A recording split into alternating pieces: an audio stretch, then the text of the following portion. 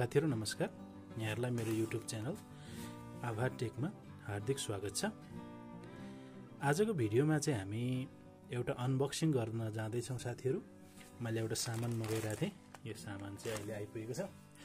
यो चाहिँ के हो भने साथीहरु ब्लुटुथ हेडफोन हो साथीहरु। Digicom को X9 जस्तो लाग्छ मोडल नम्बर। यो चाहिँ दराज अनलाइनबाट मगाएको मैले भर्खर आइपुगेको। हेरौं कस्तो छ है त। ओके, यसलाई म खोल्छु। यहाँ खुल्यो। यहाँ भित्र चाहिँ यो खोल्दा यसलाई हामी साइड लगाऊ। मेबी यो ब्याट्री होला। ब्याट्री आउँछ जहिले। ओके, डिजिस्टरको ब्याट्री ब्याट साइड 1500 चाहिँ यो चाहिँ बिल रहेछ।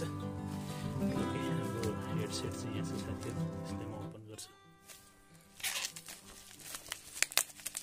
एकदम नाइसली प्याक गरेको रहेछ साथीहरु है।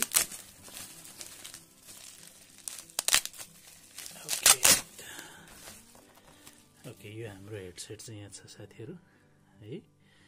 X9 भन्ने। ओके, अब यो भित्र के छ हेरौँ है त साथीहरु। ओके, यसलाई ओपन गर्ने चाहिँ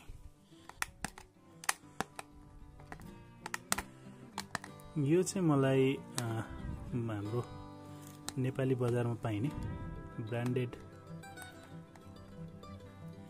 हेडफोनहरु मध्ये सबैभन्दा सस्तो र सबैभन्दा रेटिङ पनि राम्रो भएको मैले पाएँ है। ओके, हाम्रो ओपन भइसक्यो। लेट्स यसलाई चाहिँ यहाँबाट झिकौँ। ओके,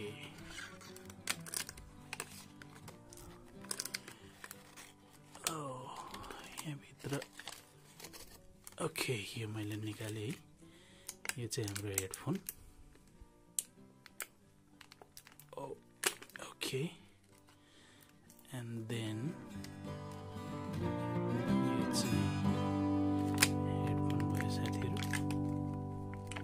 म यहाँबाट निकाल्छु।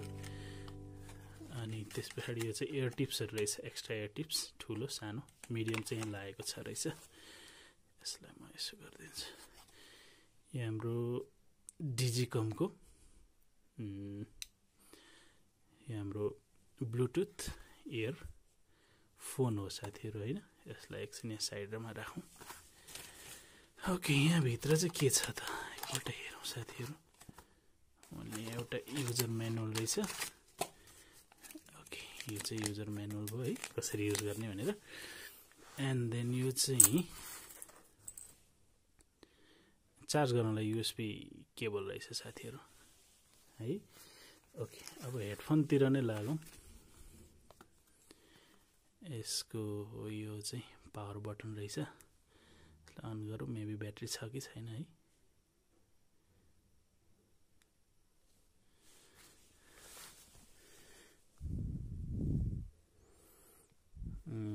यो चाहिँ भोल्युम प्लस भोल्युम माइनस यहाँ रहेछ।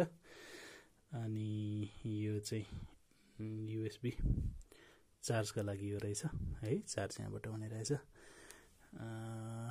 लेट्स सी, यसलाई म फोनसँग कनेक्ट गर्छु। चार्ज आई थिंक यसमा चार्ज छैन जस्तो छ। म यसलाई चार्ज पनि गर्छु। त्यसपछि कस्तो रहेछ सुनौं न त।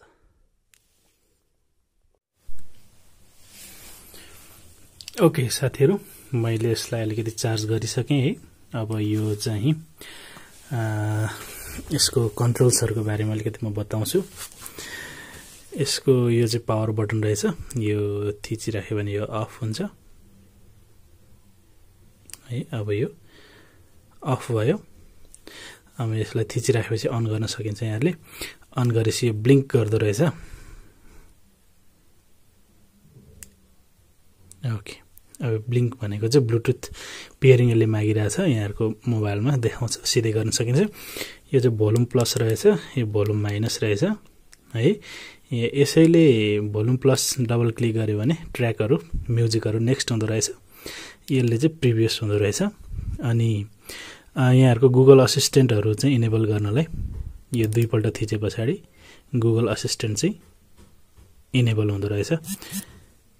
यता पछाडीपट्टि चाहिँ यो रहेछ, यो चाहिँ टी-शर्टहरुमा कतै यस्तो भिर्नलाई रहेछ, यो सजिलो। अनि यसको एउटा गजबको पोइन्ट चाहिँ यहाँ चाहिँ म्याग्नेटिक रहेछ, यो चाहिँ टी-शर्टमा अल्झाएर यो घाँटीमा घुमाएर ठ्याक्क अगाडिपट्टि ल्याएर ठ्याक्क मिलाउन सकिने रहेछ के यो। अब यसको साउन्ड क्वालिटीको कुरा गरौँ साथीहरु, अहिले सुन्दाखेरि एकदम बेस पनि बवाल छ है, एकदम दामी बेस आउने, एकदम जस पहिलो इम्प्रेसन चाहिँ एकदम राम्रो छ। यसको ब्याट्री कति टिक्छ अनि त्यसपछि यसको ओभरअल म्युजिक सबै खालको म्युजिकहरु कस्तो सुनिन्छ भन्ने म यसको डिटेल रिभ्यू फेरि गर्नेछु। यो चाहिँ अनबक्स भिडियो मात्रै भएकोले अहिले सुरुमा सुन्दा चाहिँ एकदम सही सुन्नेको छ है। यसको ब्याट्री ब्याकअपहरु के कसो रहेछ नेक्स्ट भिडियोमा यहाँहरुले हेर्न सक्नुहुनेछ। मलाई चाहिँ यो बजेटमा एकदम पाइने, बजेट रेन्जमा पाइने सबभन्दा गजब लाग्यो। यसको रेटिङ्सहरु पनि राम्रो थियो के दराजमा हेर्दाखेरि, सो मैले यो मगाएको। हेरौँ कस्तो हुन्छ। यो अनबक्सिङ भिडियोलाई यहाँहरुले हेरिदिनु भयो।